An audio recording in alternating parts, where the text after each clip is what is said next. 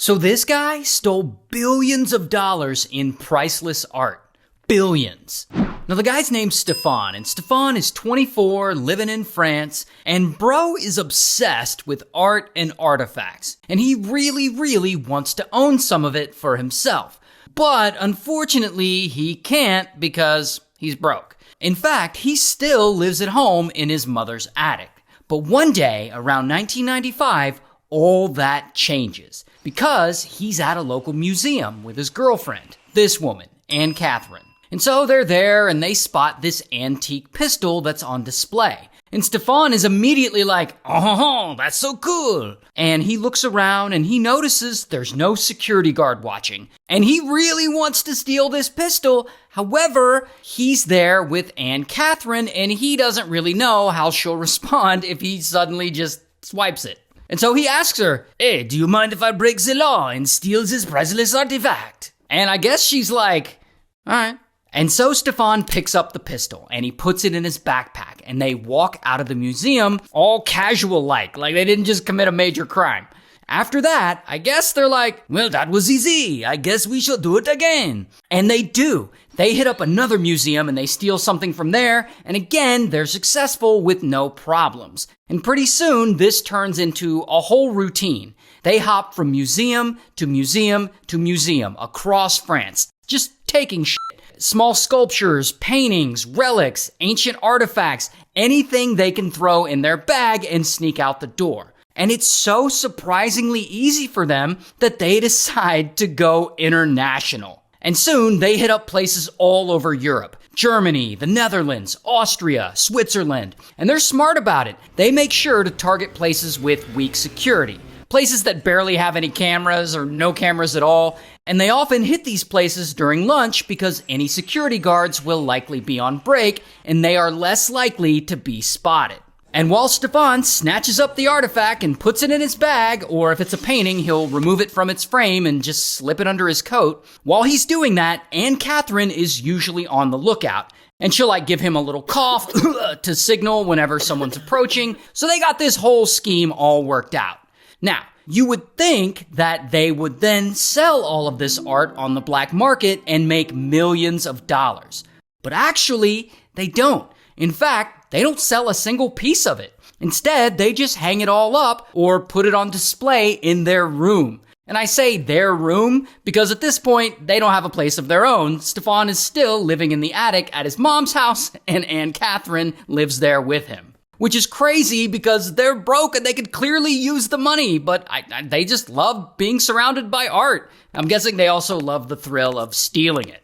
But anyway, this whole crime spree goes on for a couple of years, and it's now 1997, and here is where they stumble. One day, Stéphane and Anne Catherine, they hit up an art gallery in Switzerland, and they steal a painting like they often do, and then they both carefully walk out. But this time, one of the gallery employees notices the painting is missing right away. And he's like, someone took the painting! And he chases after them, and I guess he catches them because, bam, Stéphane and Anne Catherine get arrested.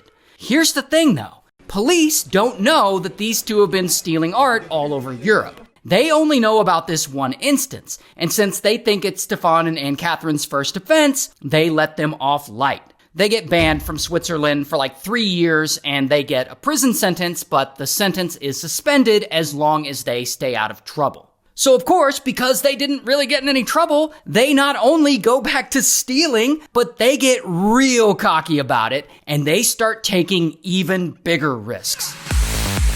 So Stéphane and Anne Catherine, they start hitting up bigger museums. They hit up art fairs, auction houses. Sometimes they hit up churches, which means that nearly every few weeks now, they're stealing some art piece from somewhere. Sometimes they even rob the same museum more than once in the same few-day period.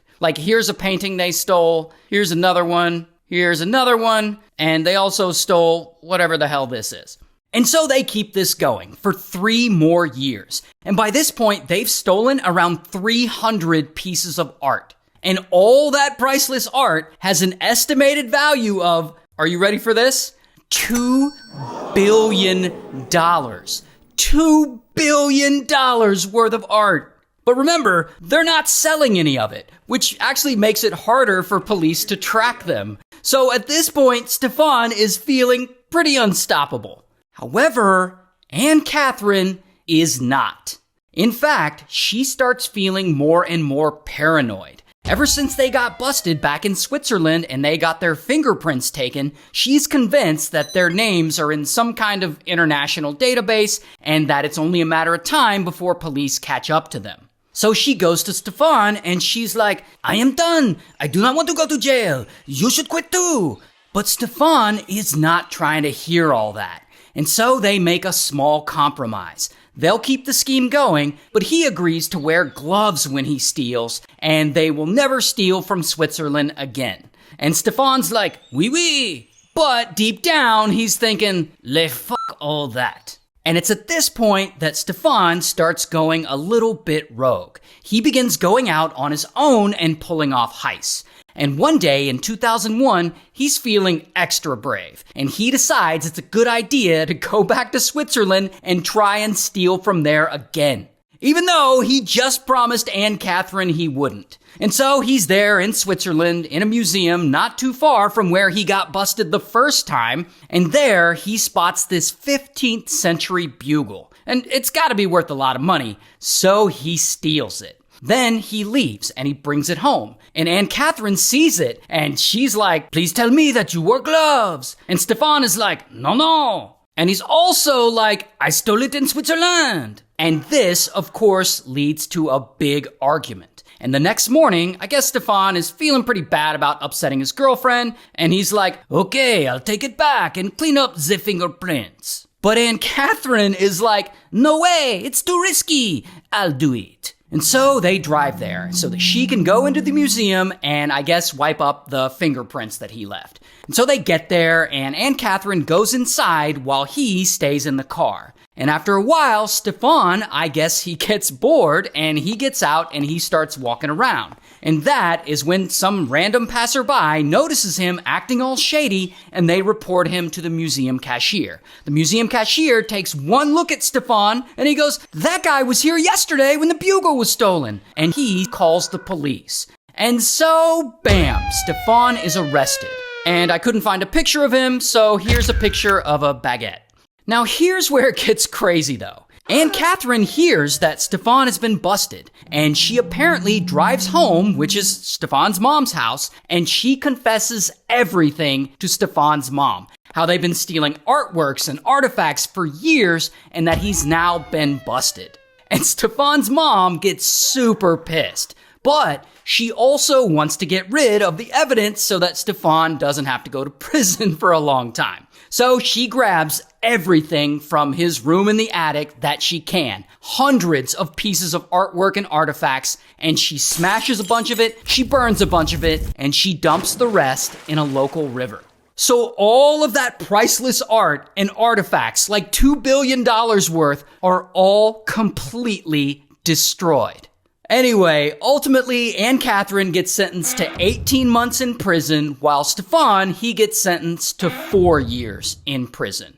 And later, when Stéphane gets out of prison, he goes right back to stealing art, like to this day. I think he's been busted a bunch of times. He's on house arrest right now, to this day. So, lesson not learned.